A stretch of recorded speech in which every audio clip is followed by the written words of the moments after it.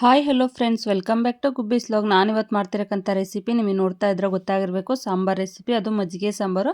ಅದು ಹೇಗೆ ಮಾಡೋದು ಅಂತ ನೋಡೋಣ ಬನ್ನಿ. ಅದಕ್ಕಿಂತ ಮುಂಚೆ ಯಾರೇ ನಮ್ಮ ಚಾನಲ್ ಸಬ್ಸ್ಕ್ರೈಬ್ ಆಗಿಲ್ಲಲ್ಲ, ಸಬ್ಸ್ಕ್ರೈಬ್ ಆಗಿ, ಲೈಕ್ ಮಾಡಿ, ಶೇರ್ ಮಾಡಿ, ಕೊನೆಯವರೆಗೂ ವಿಡಿಯೋ ನೋಡಿ ಕಮೆಂಟ್ ಮಾಡೋದನ್ನ ಮರಿಬೇಡಿ. ಇದು ಅನ್ನದ ಜೊತೆಗೆ, ಮುದ್ದೆ ಜೊತೆ, ಯಾವುದ್ರ ಜೊತೆಗಾದರೂ ಕಾಂಬಿನೇಷನ್ ಮಾಡ್ಕೊಂಡು ತಿನ್ಬೋದು. ಹಾಗೆ ಮಜ್ಜಿಗೆ ಒಡಿದೇ ಇರೋ ಥರ ಸಾಂಬಾರು ಮಾಡೋದು ಬನ್ನಿ ತೋರಿಸ್ಕೊಡ್ತೀನಿ ಹೇಗೆ ಮಾಡೋದು ಅಂತ. ತಡ ಮಾಡ್ದೇ ಮಜ್ಜಿಗೆ ಸಾಂಬಾರು ಮಾಡೋದಕ್ಕೆ ಫಸ್ಟ್ ನಾನು ಒಂದು ಮಿಕ್ಸಿ ಜಾರ್ ತೊಗೊಂಡು ಅದಕ್ಕೆ ಒಂದು 2 ಟೇಬಲ್ ಸ್ಪೂನಷ್ಟು ಕಾಯಿ ಹಾಕಿದ್ದೀನಿ. ಹಾಗೆ ಬೆಳ್ಳುಳ್ಳಿ ಒಂದು 4ರಿಂದ 5, ಖಾರಕ್ಕೆ ಹಸಿಮೆಣ್ಸಿನ್ಕಾಯಿ ನಿಮಗೆ ಎಷ್ಟು ಬೇಕೋ ಅಷ್ಟು ಹಾಕ್ಕೊಳ್ಳಿ, ಖಾರಕ್ಕೆ ಹಾಗೆ ಅಕ್ಕಿ ಮತ್ತು ಬೇಳೆ, ತೊಗರಿ ಬೇಳೆನ ಒಂದು 10 ನಿಮಿಷ ನೆನೆಸಿಟ್ಟಿದೆ, ಅದನ್ನು ಒಂದು 2 ಟೇಬಲ್ ಸ್ಪೂನಷ್ಟು ಹಾಕಿದ್ದೀನಿ.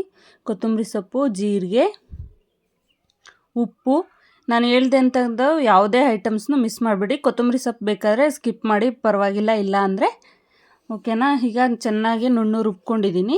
ಹಾಗೆ ಅದು ತೆಗ್ದಿಟ್ಬಿಟ್ಟು ಸೈಡಿಗೆ ಈ ಕಡೆ ಒಂದು ಪಕ್ಕದಲ್ಲಿ ಒಂದು ಪ್ಯಾನ್ ಇಟ್ಕೊಂಡ್ಬಿಟ್ಟು ಅದಕ್ಕೆ ಒಂದು 2 ಟೇಬಲ್ ಸ್ಪೂನಷ್ಟು ಎಣ್ಣೆ ಹಾಕಿ, ಸಾಸಿವೆ, ಕರಿಬೇವು ಚಟಪಟ ಸಿಡಿತಿದ್ದಂಗೆಲ್ಲ ಸ್ವಲ್ಪ ಒಣಮೆಣ್ಸಿನ್ಕಾಯಿ ಹಾಗೆ ಈರುಳ್ಳಿ ಹಾಕ್ಬಿಟ್ಟು, ಈರುಳ್ಳಿ ಒಂದು ಸ್ವಲ್ಪನ ಕಲರ್ ಬರೋವರೆಗೂ ಫ್ರೈ ಮಾಡ್ಕೋಬೇಕಾಗುತ್ತೆ. ಈಗ ನಾವು ಏನು ರುಬ್ಬಿಟ್ಟಿದ್ವಲ್ಲ ಆ ಮಸಾಲ ಹಾಕಬೇಕಾಗುತ್ತೆ. ನೋಡಿ, ರುಬ್ಕೊಂಡಿದ್ವಲ್ಲ ಆ ಮಸಾಲನೆಲ್ಲ ಹಾಕ್ಕೊಳ್ಳೋಣ ಇವಾಗ. ಅದಕ್ಕೇನೆ ನಾವು ಮಜ್ಜಿಗೆ ತೊಗೊಂಡಿರ್ತೀವಲ್ಲ, ಮಜ್ಜಿಗೆನ ಹಾಕ್ಕೊಳ್ಳಿ. ನಿಮ್ಮ ಹತ್ರ ಮಜ್ಜಿಗೆ ಮಾಡ್ಕೊಳ್ಳಿ.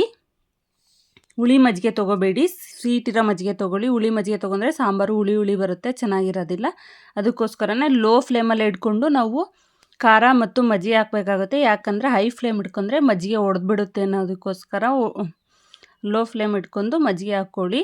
ನೋಡಿ, ಇವಾಗ ನಿಮಗೆ ಎಷ್ಟು ಬೇಕೋ ಅಷ್ಟು ತಿಕ್ನೆಸ್ಸಿಗೆ ಮಾಡ್ಕೊಳ್ಳಿ. ತೆಳ್ಳಗೆ ಎಷ್ಟು ತೆಳ್ಳಗೆ ಬೇಕೋ ಅಷ್ಟಿಗೆ ಸ್ವಲ್ಪ ತೆಳ್ಳಗೆ ಮಾಡ್ಕೊಳ್ಳಿ. ಯಾಕಂದರೆ ಇದಕ್ಕೆ ಅಕ್ಕಿ ಮತ್ತು ಬೇಳೆ ಹಾಕಿರೋದ್ರಿಂದ ಗಟ್ಟಿಗೆ ಬರುತ್ತೆ. ಕುದ್ಮೇಲೆ ಸಾಂಬಾರು ಈ ಥರ ಕುದಿ ಬರಬೇಕು. ಸಾಂಬಾರು ಚೆನ್ನಾಗಿ ಕುದ್ಮೇಲೆ ಗಟ್ಟಿಗೆ ಬರುತ್ತೆ ಅನ್ನೋದಕ್ಕೋಸ್ಕರ ಫಸ್ಟ್ಗೆ ನೋಡಿ ನಾನು ಎಷ್ಟು ತೆಳ್ಳಗೆ ಮಾಡ್ಕೊಂಡಿದ್ನಲ್ಲ, ಇವಾಗ ಎಷ್ಟು ಗಟ್ಟಿಯಾಗಿದೆ ಎಲ್ಲ ಕುದ್ದಿರೋದು. ನೋಡಿ, ಇವಾಗ ಅದು ಉಕ್ಕಿ ಬರೋಬಾರ್ದು. ಉಕ್ಕಿ ಬರೋವರೆಗೂ ಕೆಳಗಡೆ ಉಕ್ಬಿಟ್ರೆ ಸಾಂಬಾರು ಟೇಸ್ಟ್ ಹೋಗ್ಬಿಡುತ್ತೆ. ಅದಕ್ಕೆ ಉಕ್ಕಿ ಬರೋವರೆಗೂ ಜಾಸ್ತಿ ಇದು ಮಾಡ್ಕೊಬೇಡಿ. ಒಂದು 2ರಿಂದ 3 ಸರಿ ಚೆನ್ನಾಗಿ ಕುದ್ರೆ ಸಾಕಾಗುತ್ತೆ. ಒಂದು 4 to 5 ಮಿನಿಟ್ಸ್ ಆದರೆ ಸಾಕು ಕುದಿಯೋದು. ನೋಡಿ, ಇವಾಗ ರೆಡಿಯಾಗಿದೆ ಸಾಂಬಾರು.